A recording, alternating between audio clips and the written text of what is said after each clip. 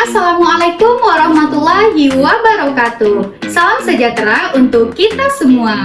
Halo teman-teman, selamat datang di video pembelajaran kita kali ini. Coba teman-teman bayangkan, dunia kita tanpa cuaca yang bisa diprediksi. Hujan tanpa peringatan, panas terik tanpa alasan. Itulah yang terjadi ketika dua fenomena alam bernama El Nino dan La Nina menguasai iklim global. Tapi, tahukah teman-teman apa yang sebenarnya terjadi di balik dua fenomena alam ini? Dan mengapa mereka bisa mengubah cuaca menjadi sangat tidak menentu? Nah, di video kali ini kita akan mengungkap misteri tentang El Nino dan La Nina. Dan seperti apa dampaknya bagi kehidupan kita, dan bagaimana fenomena ini dapat merubah segalanya. Sebelum kita membahas lebih jauh tentang El Nino dan La Nina, kita perlu memahami apa itu ENSO sebagai fenomena utama yang mengatur hubungan kompleks antara atmosfer dan lautan di Samudra Pasifik. Mari kita mulai dengan mempelajari dan memahami apa itu ENSO. Yuk, simak videonya. ENSO menggambarkan sirkulasi yang terjadi terhadap suhu permukaan laut, angin, dan awan di Samudra Pasifik. El Nino menunjukkan kondisi suhu permukaan laut di Samudra Pasifik bagian timur. Sedangkan Southern Oscillation atau osilasi selatan menggambarkan sirkulasi atmosfer di atasnya.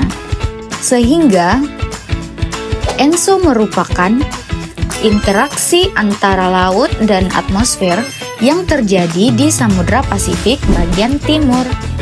ENSO memiliki 3 fase atau siklus utama, yaitu El Nino, Netral, dan La Nina.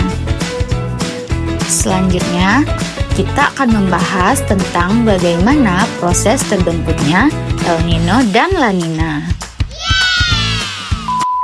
Fase El Nino. Pada kondisi El Nino, angin pasat yang biasa berhembus dari timur ke barat melemah atau justru berbalik arah. Dengan melemahnya angin pasat, air laut bersuhu hangat tidak bisa membawa ke sebelah barat Pasifik ekuator, dan kolam hangat pun bergeser ke Pasifik ekuator bagian tengah dan timur.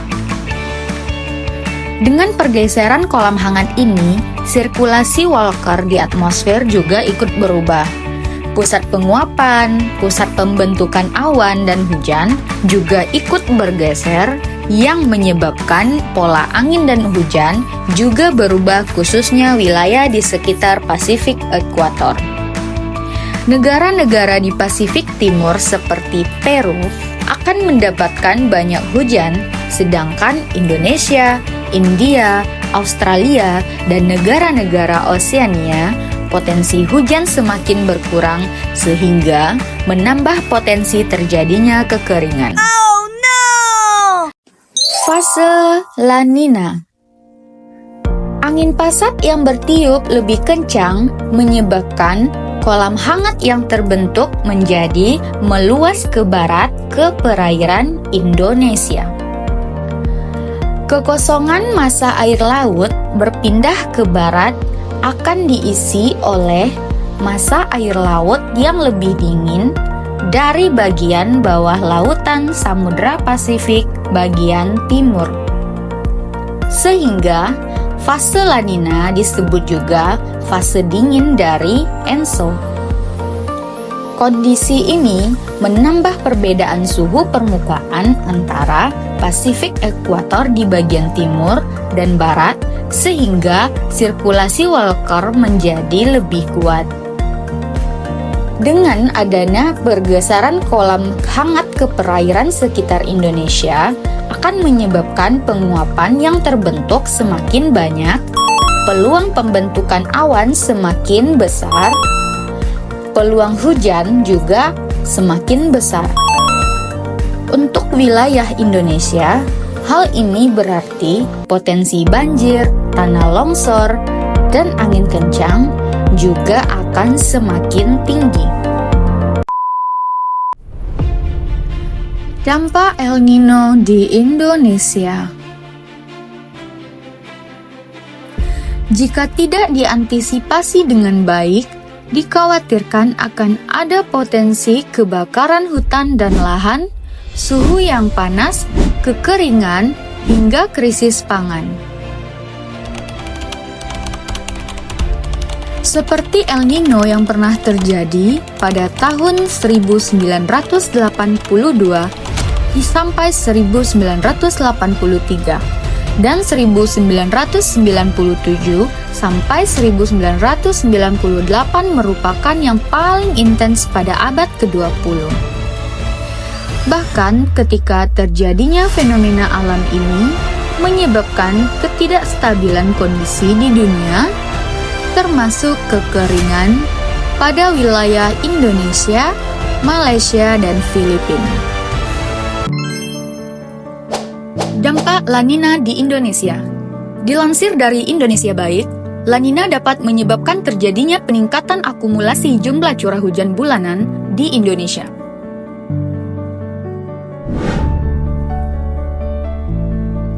Peningkatan ini hingga 40% di atas normal. Namun, dampak La Nina di Indonesia tidak selalu sama.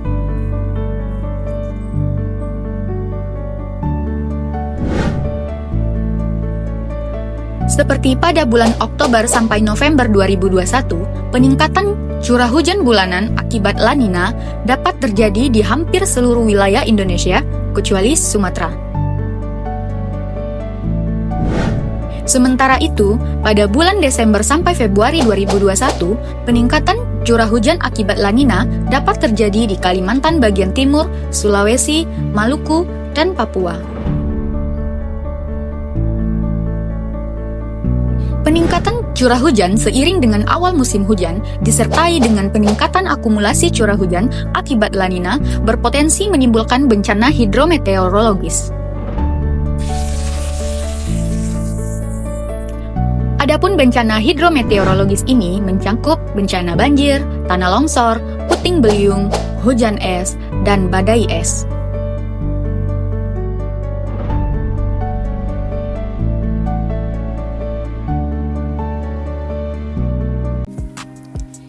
Fenomena El Nino dan La Nina adalah bukti nyata betapa besar kekuatan alam dalam mempengaruhi kehidupan kita sehari-hari. Semoga pengetahuan ini bisa membantu kita memahami pentingnya menjaga keseimbangan lingkungan. Terima kasih telah mengikuti pembelajaran ini dan sampai jumpa di video berikutnya.